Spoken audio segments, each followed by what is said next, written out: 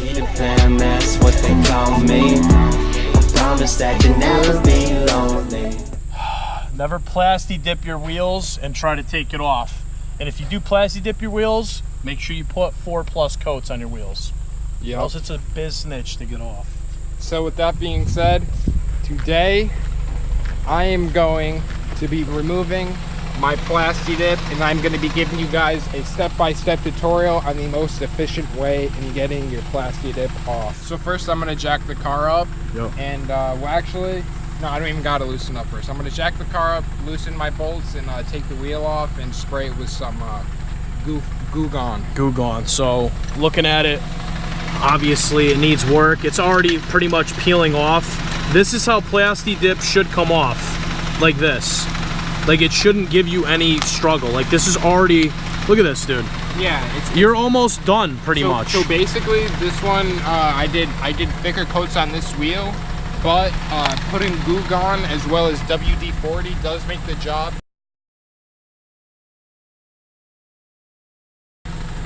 Stay tuned, guys. Let's get it done.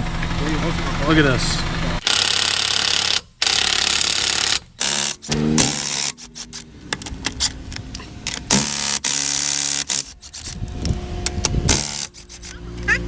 All right, just last lug nut right here.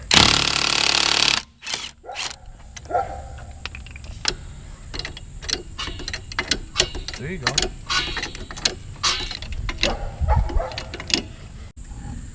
Wow. You guys pay attention there? So now that you got your wheel off, you want to start peeling off the excess plasti dip. So pretty much the easiest plasti dip to just rip off, and all the stuff that you can't rip off with your hands, you're gonna want to spray with some Goo Gone and WD-40. I'd recommend that, and it will get. Or some paint stripper, man. Yeah. Can't forget the paint stripper. Yeah, I wouldn't recommend using paint stripper, honestly. Yeah, whatever, bro. Yeah, everybody's got their own personal preference. Yeah, my preference is Goo Gone and WD-40. So if you guys want to do it the right way, do it the Billy way, not the Gerb way. Dude, it's coming off. It didn't do this before. This is literally the easiest one.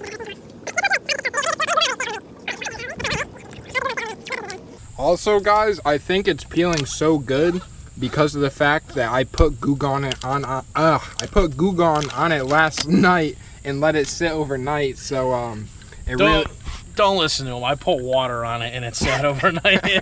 It's from the water and the heat. Shut up. No. Condensation, bro. Dude, this is cake, though. Look at this. This is how you do it, boys. This is how you do it in the rich areas. So now that you pretty much got all of your plasti dip off that you could with your hands, all the thin layers that you couldn't really peel off, you're gonna want to grab some Goo Gone and just spray it right on there.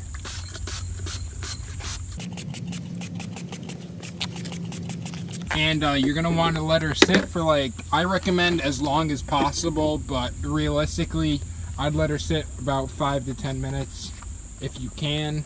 So the longer you wait, the longer the Goo Gone is gonna stick into the material and really get underneath it and peel it off. So now that she has sat for like 10-15 minutes, I am going to start removing the plasti dip. And if you guys look, you can kind of just scrape it and it'll come right off just like that. So yeah, what did you say? Just like that. I mean, Like this. don't do No, it like that. this. Don't do it like that, do it like this. So I figured that since the area is already exposed a little bit, that you could attack it with some low grit sandpaper to really separate. Or a towel, like a microfiber. Yeah. That's a rag. Yep, that's what I was using for the other wheels, actually. I used a microfiber cloth for that one. Well, all you have right now is just a sandpaper, so. But all I got is sandpaper for right now, so. Get the job done, dude. Yeah.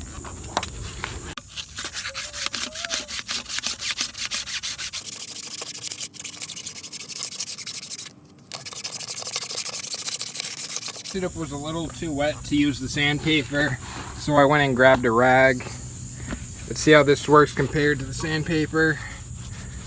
Yeah, it gets it right off. So if you guys want to, you could use the sandpaper to kind of like loosen it up a little bit, and then you could pretty much just go over with the towel, and the towel will remove it right off after you loosen it up with that sandpaper.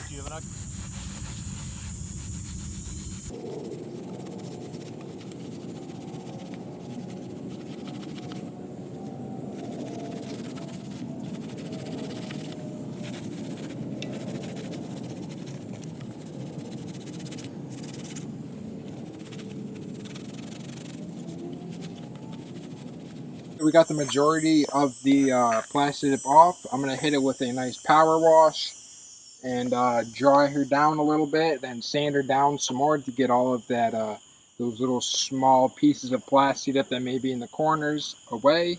So once I hit it with the power wash, dry her off with like a hair dryer, I'm going to start sanding her, and she will be ready to be put back on the car and ready to be painted. Okay, so I just hit it with a power wash. I sanded her down a little bit.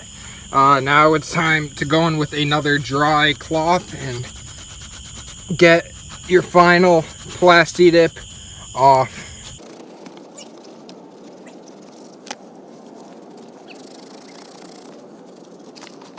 So after all those steps, your wheel should basically be done. Yeah.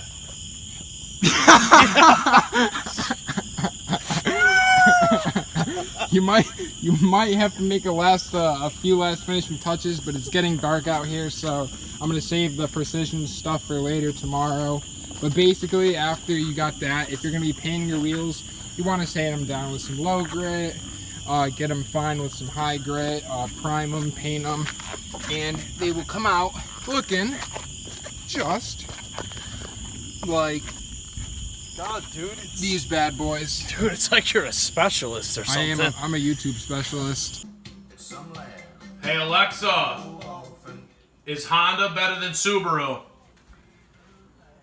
Sorry, I'm not sure about that. What the? You heard it here, folks. Honda is better than Subaru.